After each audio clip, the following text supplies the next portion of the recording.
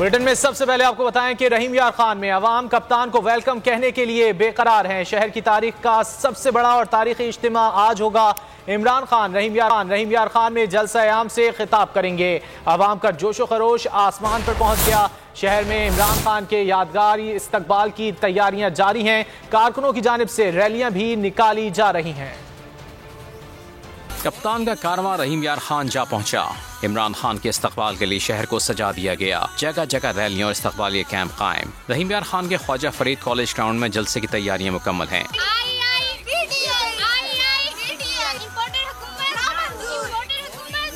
Chairman P T I Imran Khan جلسے سے خطاب کریں گے۔ عمران خان کا خطاب ملک کے مختلف شہروں میں بڑی اسکرینوں پر نشر کیا جائے گا۔ کارکنوں کی بڑی تعداد جلسہ گاہ پہنچنا شروع ہو گئی ہے۔ رحیم یار خان میں جگہ جگہ عمران خان کے خیر مقدم کے لیے پوسٹرز اور بینرز آویزاں کیے گئے ہیں۔ جب سے یہ رجیم چینج ہوا ہے ہم نے صرف عمران خان کے لیے دعا مانگی ہے۔ خان صاحب آئیں گے تو ہمارا پاکستان بچے گا، خان صاحب نہیں ہوں گے تو ہمارا پاکستان کبھی بھی نہیں بچ پائے گا۔ عمران خان جو ہے نا ہمارا لیڈر ہے، ہمارا پاکستان کا فرخواہ ہے۔ 18 سال سے اس کے ساتھ ہی ہوں، بھلے وہ جیتے ہارے کچھ بھی ہو، ایک فرشتہ انسان ہے وہ، اور سچ کے ساتھ ہے۔ انشاءاللہ انصاف کی جیت ہوگی اور ہمیشہ انصاف کی ہوتی ہے۔ اللہ پاک دیکھ رہا ہے۔ عوام کا کہنا ہے آج شہر کی تاریخ کا سب سے بڑا جلسہ ہوگا۔ کپتان کا سونامی رحیم یار خان میں رنگ جمانے کو تیار۔ عمران خان نے عوام کے نام پیغام میں کہنا تھا کہ رحیم یار خان میں آج بڑے جلسے سے خطاب کروں گا۔ مقصد قوم کو حقیقی آزادی کی تحریک میں شامل کرنا ہے۔ قوم کو اگلے لائحہ عمل سے بھی آگاہ کروں گا۔ انشاءاللہ میں رحیم یار خان میں جلسہ کروں گا۔ اس جلسے کا مقصد کیا ہے؟ آپ سب کو، اپنی ساری قوم کو اپنی حقیقی آزادی کی تحریک میں شامل کرنے کے لیے ہفتے کی شام کو رحیم یار خان سے جو ساری میری پارٹی کے لوگ، میری قوم سارے مختلف شہروں میں جو دیکھ رہے ہوں گے، ان سب کو میں اپنا لائحہ عمل بتاؤں گا کہ ہم نے اب یہ کیسے اپنے آپ کو آزاد کرنا ہے، حقیقی طور پہ آزاد کرنا ہے، اور وہ میری تحریک کے اگلے لائحہ عمل کیا ہے۔ تو انشاءاللہ رحیم یار خان میں آپ سے ملاقات ہوگی۔ رحیم یار خان جلسے میں شرکت کے لیے لیاقت پور، خانپور اور صادق آباد سے قافلے چل پڑے ہیں۔ جلسہ گاہ میں بھی کارکنان کپتان کے لائحہ عمل کے منتظر ہیں۔ بات کریں گے جلسہ گاہ میں موجود ہیں بولیوز کے نمائندہ نظر عباس۔ نظر بتائیے گا اس وقت کیا صورتحال ہے جلسہ گاہ کی؟ جلسے میں کارکنان کی کافی تعداد موجود ہے، اور کارکنان میں سب سے بڑی تعداد جو خواتین کی جو ہے وہ دیکھنے کو مل رہی ہے، اور کافی تعداد میں کارکنان یہاں پہ پہنچ رہے ہیں۔ اسکت پور، خانپور اور صادق آباد سے بھی قافلے روانہ ہو چکے ہیں۔ لیاقت پور سے جو سابق ممبر قومی اسمبلی جو حال ہی میں پی ٹی آئی میں شامل ہوئے ہیں، ان کی قیادت میں قافلہ روانہ ہوا ہے۔ اس کے علاوہ جو مشیر وزیر اعلیٰ پنجاب ہے عامر چانڈی کی قیادت میں قافلہ روانہ ہے۔ اس کے ساتھ خانپور میں جو ہے چودھری اعجاز شفیع جو سابق صوبائی وزیر بیت ان کی قیادت میں خانپور سے قافلہ نکل چکا ہے۔ اس کے آپ کو یہ بھی بتاتا چلوں کہ سابق وفاقی وزیر صنعت و پیداوار مخدوم خسرو بختیار اور سابق صوبائی وزیر خزانہ مخدوم ہاشم کا بہت بڑا قافلہ میاں والی قریشن سے جو ہے وہ روانہ ہو چکا ہے، اور صادق آباد سے ضلعی صدر ریس محبوب کی قیادت میں قافلہ جو ہے وہ بھی روانہ ہو چکا ہے۔ بہت بڑے قافلے جو ہیں تقریباً 1 گھنٹے تک جلسہ گاہ میں پہنچے گئے، اور بہت بڑی تعداد جو ہے وہ کارکنان کی یہاں اپنے قید کا خطاب سننے کے لیے منتظر ہے۔ اور جب ابھی ہماری کچھ دیر پہلے کارکنان سے بات ہوئی ہے، وہ اپنے کپتان کا خطاب سننے کے لیے بے چین ہیں، اور ان کے لائحہ عمل کے بھی منتظر کہ کپتان جو ہمیں کہے گا ہم اس پر عمل کریں گے۔ ہمارے ساتھ ضلعی انفارمیشن سیکرٹری موجود ہیں، ان سے بات کرتے ہیں۔ جی